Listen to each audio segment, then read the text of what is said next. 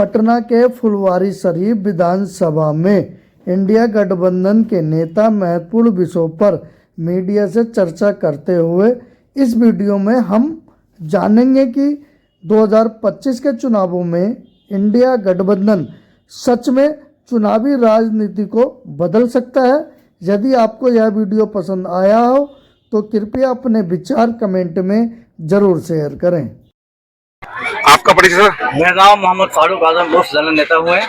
हम राष्ट्रीय जनता दल के राष्ट्रीय सचिव हुए हैं अल्पसंख्यक प्रकोष्ठ के, और फुलवारी नगर परिषद के डिप्टी चेयरमैन अंजित परवीन के पति शहर हुए हैं, प्रतिनिधि हुए। क्या कहेंगे सर? इमरान प्रतापगढ़ी यहाँ पहुंचे थे और लोगों में जोश था और सिटिंग एमएलए हैं, और इस बार क्या लगता है 2025 का समर है, इस बार वापस सीट आप जीत पाएंगे? ये कंफर्म सीट कंफर्म है। अच्छा, अब आरजेडी से हमेशा एक इल्जाम लगता कि जंगल राज हत्या है, तो तब ब्यूरो देखेगा 4 से 5 दिन पहले दुलार चंद यादव, उनकी सरेआम हत्या कर दी गई। सरेआम अब चुनाव तो देखता, वैसे वो गिरफ्तार हो चुके हैं। क्या कहेंगे सर? जंगल महाजंगल राज है जो यहाँ पटना में, खासकर बिहार में, पटना राजधानी में कुछ दिन पहले पारस हाईटेक हॉस्पिटल पारस में हत्या दिन दहाड़े किया गया। जो हम लोग पारस हॉस्पिटल में जाते हैं तो चेकिंग करके एक आदमी करके जाता है। अब इतने अपराधी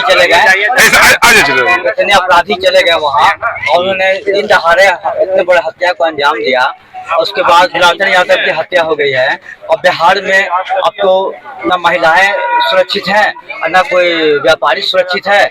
स्थिति बहुत दयनीय है, महाजंगल आज बिहार में है। अच्छा सर, हम देख रहे थे इस बार बहुत ज्यादा चर्चा की मुस्लिम उप मुख्यमंत्री लेकर बहुत चर्चा है कि कौन मुख्यमंत्री बनाएगा, क्या दरी बिछाएंगे या क्या, मतलब किस तरह से अगर क्या सरकार बनती है तो किस तरह का जो अधिकार जो है मुसलमानों को मिलने का आपको ऐसी आशा है? देखिए, मुसलमानों का अधिकार राष्ट्रीय जनता दल का जनता दल थी, राष्ट्रीय जनता दल की सरकार बनी। जो अधिकार पहले भी था वो अधिकार अभी रहेगा, उसमें कोई कमी नहीं होगी। मुसलमानों का अधिकार इसी पार्टी में मिलता है, मिलता रहेगा। ओवैसी साहब कहेंगे वो चलते हैं, ओवैसी बार सीमांचल बात कर लगातार वो दौरे कर रहे हैं अपना आपको। पिछली बार भी वो जो है 5 सीट जीने में कामयाब हुए थे। तो बहुत सारे मुसलमान हैं जो देख रहे हैं, क्या उनके मन में ऐसा वहम है कि क्या शायद ओवैसी के साथ जा सकते हैं, मतलब रहनुमा के तौर पर? ओवैसी साहब को जो 5 सीट आए थे पिछले बार, हमको लगता है कि 2 हो जाएगा। इसलिए उनका भाषण सुने हैं, नमरूद की औलाद तक बोल रहे हैं जो वोट नहीं देगा मुसलमान नमरूद की औलाद होगी।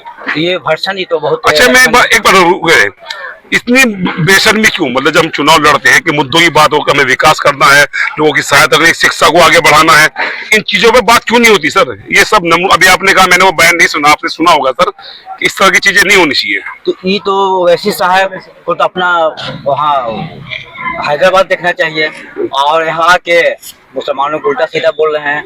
मुसलमान उनके खिलाफ गोलबंद हो चुका है, और इनको हो सकता है कि 2 ही सीट पर से सिमट जाइए, 5 सीटों को आएगा नहीं।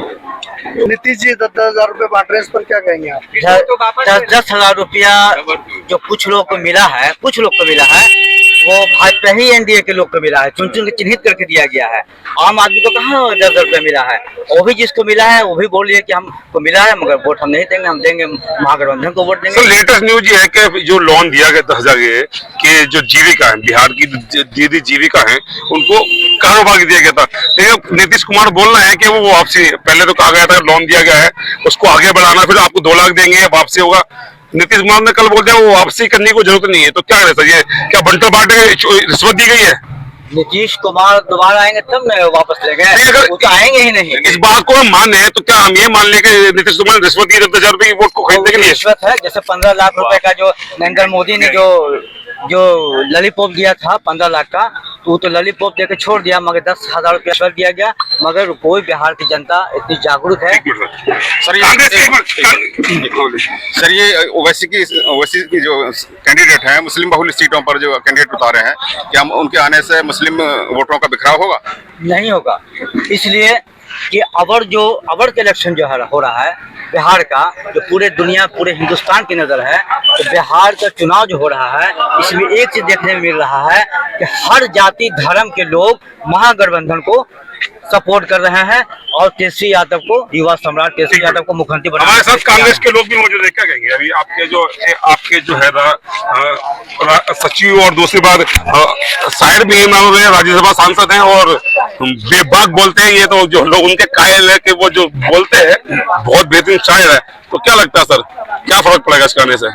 बहुत फर्क पड़ रहा है। जब से इमरान प्रतापगढ़ी पटना और बिहार का पूरा दौरा कर रहे हैं, तब से जो है सब मतलब मुसलमान जो इधर उधर भटके हुए थे वो सब एकजुट हो रहे हैं महागठबंधन की तरफ। और इनके आने से चूंकि ये युवा सम्राट हैं और हिंदुस्तान के ही नहीं बल्कि बैरून मुल्क में भी इनका जो है से बोलबाला है, जाने माने शायर हैं, फिर संसद में भी आवाज उठाते हैं, सड़क पर भी आवाज उठाते हैं, तो ये तो अब मुसलमान के चहीते नेता हो गए हैं। ओवैसी से ज्यादा मशहूर नेता जो है से मतलब इमरान प्रतापगढ़ी। ओवैसी बार बार बोलते हैं कि मुसलमान कब तक दरी बिछाएगा, कब है उसको हक कब मिलेगा नहीं, सर? मुसलमान कभी दरी नहीं बिछाता है किसी का।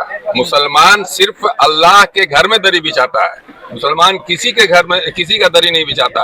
मुसलमान वक्त के हिसाब से अपना फैसला लेता है और जब जैसा वक्त रहता है हम उसी तरह का पॉलिटिक्स करते हैं और जो है सो उसको वोट करते हैं। अच्छा, हम देख रहे हैं कि लगातार जो है हमने वो चीज बिहार में खैर नहीं देखी, लेकिन देखते हैं उत्तर भारत में कहीं ना कहीं देखते हैं जाति जो एक दूसरे के खिलाफ खड़े हैं। मतलब आर्टिकल 25 जो संविधान हमें आ जाता है आर्टिकल 25 की, उसका खुला योगी के जब कोई भी होता है योगी बोलते हैं ठोक देंगे, ये कर देंगे, क्या है सब? देखिए योगी के कांग्रेस को नहीं बोलती, समाजवादी पार्टी को नहीं बोलती सर। समाजवादी पार्टी और कांग्रेस पार्टी या महागठबंधन में या इंडिया गठबंधन में जो भी पार्टियां हैं ये सब मोहब्बत की राजनीति करते हैं, नफरत की राजनीति नहीं करते हैं। और योगी जी के आने से किसी का फायदा नहीं लेकिन नुकसान एक पार्टी का बहुत जबरदस्त हो रहा है, वो जदयू का नुकसान कर रहे हैं। उनके आने से जदयू में जो भी थोड़ा बहुत मुसलमान जो उनके कार्यकर्ता थे, उनके साथ काम करने वाले लोग थे, उनका जो वोट जाने वाला था वो भी वोट अब जो है से मतलब वापस महागठबंधन को मिलने जा रहा है।